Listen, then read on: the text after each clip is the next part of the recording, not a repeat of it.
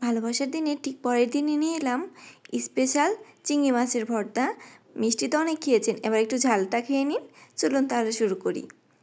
প্রথমেই একটি ফ্রাই প্যানে কিছুটা তেল গরম করে তাতে ছোটো চিংড়িগুলো দিয়ে দিয়েছি। এই চিংড়ি মাছগুলোর সাইজ হচ্ছে একদমই ছোট, যেটাকে সহজ বাংলা ভাষায় বলে কুচো চিংড়ি। আজ থেকে প্রায় এক যুগ আগেও নাকি এই চিংড়ির পরিমাণ ছিল, কিন্তু সময়ের সাথে সাথে এই চিংড়ি মাছটা যেন হারিয়ে যাচ্ছে।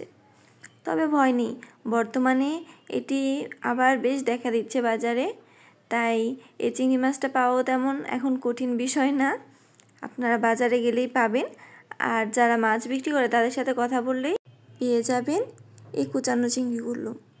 এগুলো কিন্তু পরিষ্কার করার তেমন কিছুই নেই, শুধুমাত্র ময়লাটা এর থেকে আলাদা করে নিতে হয়। তারপর এটাকে ভালোভাবে ধুয়ে ঝরিয়ে নিলেই এই চিংড়ি মাছটা ধোয়া কমপ্লিট হয়ে যায়। আর সেটা যদি নদীর চিংড়ি হয় তাহলে তো কথাই নেই, সেটা একদমই সাদা থাকে, যেমন এটা হচ্ছে নদীর চিংড়ি, নদীর সাদা চিংড়ি।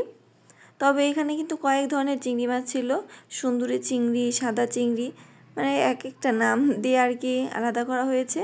তারপর এখানে প্রায় হাফ কাপ মতো পেঁয়াজ কুচি, 4টা কাঁচামরিচ আর প্রায় হাফ কাপ মতো ফালি করা রসুন এখানে দিয়ে দেওয়া হয়েছে। আর দিয়ে দেওয়া হয়েছে সামান্য পরিমাণ সয়াবিন তেল, মানে সাদা তেল।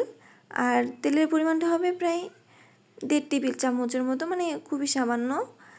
আর এই যে এখন ওইটা পেঁয়াজটা একটু নরম হয়ে আসলে এই চিংড়ি মাছগুলোকে এর সাথে মিশিয়ে সুন্দর মতো ভেজে নিতে হবে। একদমই হালকা জালে ভাজতে হবে, কড়া জাল দেওয়া চলবে না। আর ঠিক সে পর্যন্ত নাড়তে হবে যে পর্যন্ত হালকা বাদামি একটা কালার না আসে। আর এখানে দিয়ে দিতে হবে লবণ স্বাদ মতো। এখানে শুরুতে প্রায় 1 টেবিল চামচের মতো লবণ দেওয়া হয়েছে, আপনারা আপনাদের টেস্ট মতো দিবেন। আর এর পরিমাণটা মেজার করবে আপনার চিংড়ি মাছের উপরে। আর এখানে প্রায় 1 কাপের উপরে চিংড়ি মাছ ছিল, তো আপনি কতটুকু চিংড়ি মাছ দিচ্ছেন তার উপরে লবণটা নির্ভর করবে। আর এই যে দেখতে পাচ্ছেন আমার চিংড়ি মাছগুলোকে খুব ভালোভাবে চেড়ে নিচ্ছি, যাতে এটি একটা আরেকটার সাথে লেগে না ধরে। আর হবে কি, এটা আপনি যখন ভালো করে ভাজবেন তখন কিন্তু একটা একটা ছাড়া ছাড়া হয়ে যাবে, কোনোটার সাথে লেগে ধরবে না। দেখুন আমার চিংড়ি মাছের কালারটা কিন্তু মানে অলরেডি চেঞ্জ আসা শুরু করে দিয়েছে। আর সরি, রোদের আলোর কারণে আমার ক্যামেরা ঠিক মতো ধরতে পারেনি। আর তারপরে এটি একটু সাইড করে প্রায় 1 টেবিল চামচের মতো তেল দিয়ে গোটা 4টি শুকনো মরিচ দিয়ে দেওয়া হলো। শুকনো মরিচের সাইজটা আপনারা দেখতেই পাচ্ছেন, বেশ লম্বা লম্বা সাইজের। আর এখানে যদি আপনি কাঁচামরিচ আর শুকনো মরিচটা মিশিয়ে দেন তাহলে এর টেস্টটা খুবই ভালো আসবে।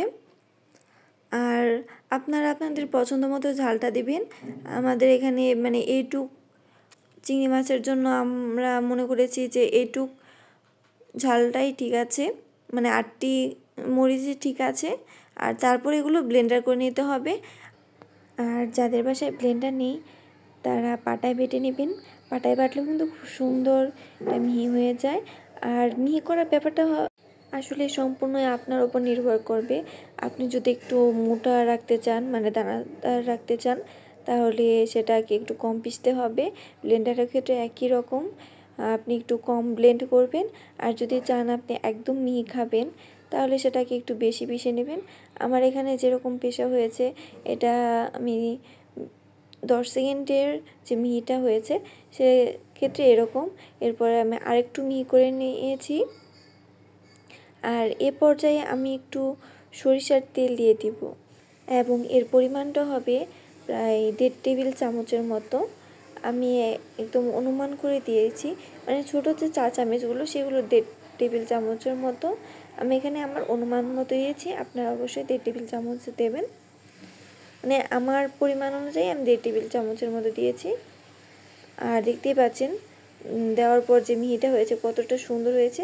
আর এটা হচ্ছে ফাইনাল লুক, দেখতেই পাচ্ছেন কতটা সুন্দর হয়েছে। আমি অনুরোধ করব একবার হলেও এই রেসিপিটা অবশ্যই ট্রাই করবেন। আর ভিডিওটি ভালো লাগলে প্লিজ লাইক অ্যান্ড সাবস্ক্রাইব করে পাশে থাকবেন। আর এতক্ষণ ভিডিওটি দেখার জন্য অসংখ্য ধন্যবাদ। দেখা হবে নেক্সট কোনো ভিডিওতে।